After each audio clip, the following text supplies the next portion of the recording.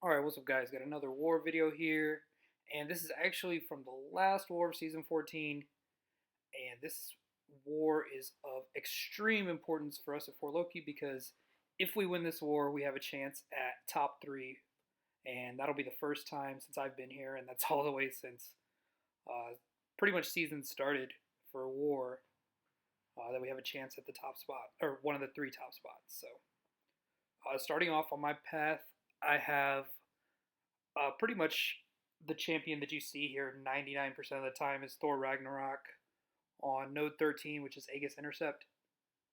So this is a pretty standard ghost fight because she can get around the Aegis Intercept mechanic using her phase. And the reason they put Thor Ragnarok here is he has an ability that if you intercept him normally, he can parry you. There's a chance that he can do that. So being able to use Ghost's phase mechanic lets you get a different type of intercept, but it still counts towards the Aegis, and we'll get those 3 charges off. So you see, he hits in through your phase, and if you're fast enough, it takes off the Aegis charges. So just got to do that 3 times, and he becomes vulnerable like normal. Throw a few L2s and he goes down. Only other thing to watch out for that node is the backup recovery, just to make sure that he doesn't gain too much power. But we kill him before his SIG even clicks in, so it really helps to have those tech boosts. But I boosted up pretty big because, like I said, there's a lot on the line for this war, and I'm going to be doing my first 4 fights here with this one set of boosts. So just checking here, this is Aggression Fury Mordo, and I've actually died to this fight in previous seasons. I died to it once before, so I hate fighting this guy because Mordo can be really passive, and also Mordo, if he holds block for half a second, he can actually block specials. And this is something I kind of keep in the back of my mind, but I'm like, it never normally comes into effect. But it's just something to kind of be aware of. So I throw in the invulnerability boost here because if Mordo is really passive, he gets a whole bunch of Furies, and if something happens to where I can't phase his L3, then I want to have just that extra security blanket so I don't take damage. But you can see he's being pretty cooperative at the beginning. He's attacking me. I'm able to get rid of his first power gain. So everything goes great up into that first L2. And he gets his first power gain. He starts to turtle up. And I, for some reason, just stupidly throw an L2. I thought he was going to attack me. And he ends up being able to block it. So you see right here, he gets another power gain. He's at 11 Furies. He throws his L3. Luckily, I phased it just in case my invuln wasn't going to kick in. But I had that in my back pocket the whole time. But now I got to make sure not to get hit. And luckily, out of his L3, he just charges a heavy. So I'm pretty safe there.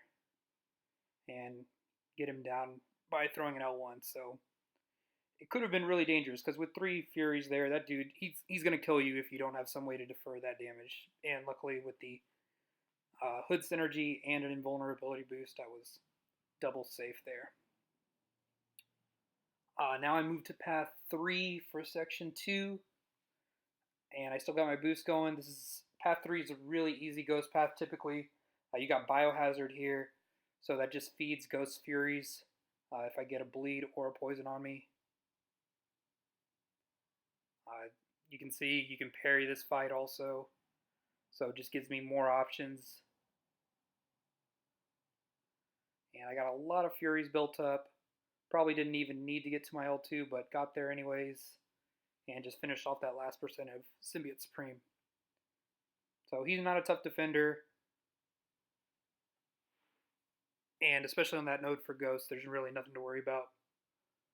Now this next fight against Black Widow Clairvoyant. I want to heal up. I've never really fought her on this node. It does have backup recovery, and she could potentially have Mystic Dispersion, so she could get a lot of power gain just out of nowhere.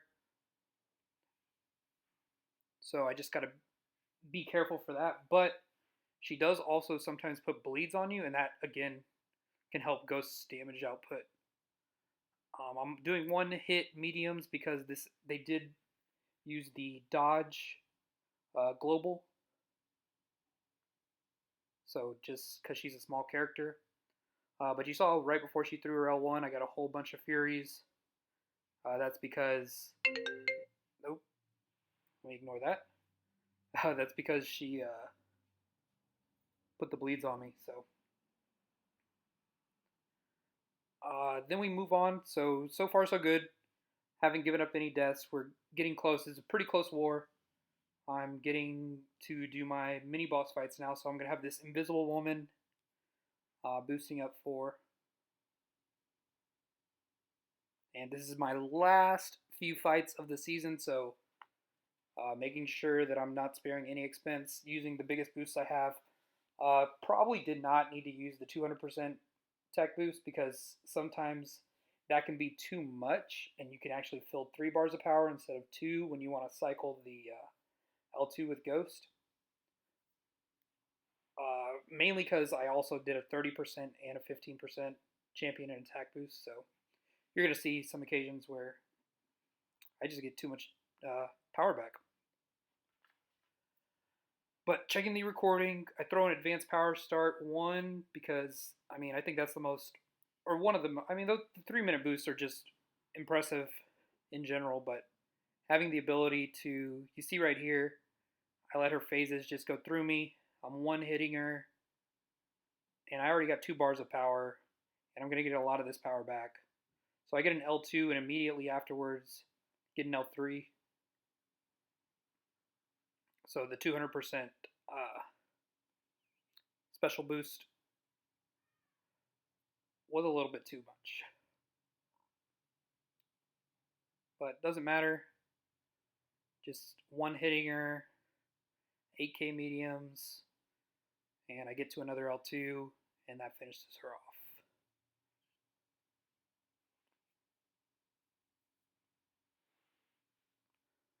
So my last fight here is going to be Dr. Doom on this middle mini, which is Limber plus it has Kinetic Reactor, and it drains your power. I forget what the name of the node is. Plague Mine, that's it. So you'll see right here, I've taken Doom a lot this season, and right there, I thought it was like perfect timing for my light hit, and I get parried, and then he goes into his heavy after placing a shock on me, so I lose 65% of my health just right off the bat. Luckily, I get one L2 off, goes right into another L2. Now that second L2, I gained a little bit too much power, so right there, I barely got enough damage. Oh my gosh, it was a tough fight. So that a lot happened there. I blocked his L2. I was able to get another bar power and barely squeaked by that fight after a really close start. But yeah, that's the thing about Ghost. She's a glass cannon, but most of the time it ends up working out. Anyways, guys, that's the end of the war video. That's the end of our season. We did win, so hopefully we clinch top 3, and I'll be back with a video on rewards. So thanks for watching, guys. Catch you later. Peace.